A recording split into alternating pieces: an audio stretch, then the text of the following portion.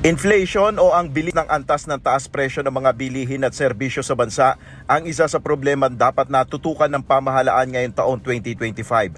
Ayon sa political science professor na si Dennis Coronacion, dapat maramdaman ng mga mahihirap na Pilipino ang pagbaba ng presyo ng mga pangunahing bilihin na sa nakalipas na taon ay patuloy na tumataas, tulad na lamang ng presyo ng bigas at produktong petrolyo. Sa ngayon, nasa 40 pesos kada kilo ang pinakamurang bigas sa Kadiwa. 44 pesos naman ang imported commercial rice, habang ang local commercial rice ay nasa 42 pesos per kilo. Habang nagkaroon naman ng rollback sa produktong petrolyo bago magpalit ng taon. 30 sentimos ang nabawas sa presyo ng gasolina at diesel, habang 90 sentimos naman sa kerosene. Noong Nobyembre, tumaas sa 2.5% ang inflation rate mula sa 2.3%.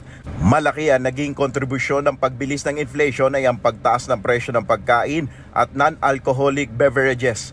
Bukod rito, ayon kay Professor Coronacion, dapat ring solusyonan ni Pangulong Ferdinand Marcos Jr. ang isyu ng korupsyon. Sa gitna na rin ito sa naging usapin sa 2025 national budget. Another one is corruption. O kinakailangan ay maging, kasi ito lang national budget na talagang sumama ang imahen administration. Kasi parang lumalabas nga ang kanilang inatupag, ang kanilang binigyang prioridad ay yung self-interest nila kaysa sa public interest. Ayon naman sa policy analyst na si Attorney Michael Henry Yusinko, krisis sa edukasyon ang isa sa mga dapat tutukan ng administrasyon na pangunahing nakakaapekto na sa mga kabataan. And the problem also encompasses a lot of other problems like youth crime, the digital literacy of our young people. So the education crisis is not just about the DepEd, about classrooms, about the curriculum, no.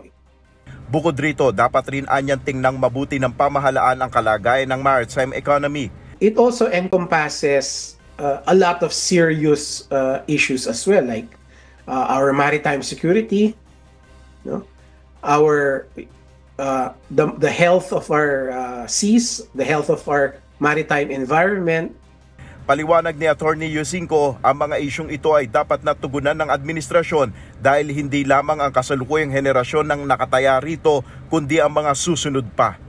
Nel Maribuhok, UNTV News and Rescue, Diyos ang aming sandigan, serbisyo publiko ang aming pinahalagahan.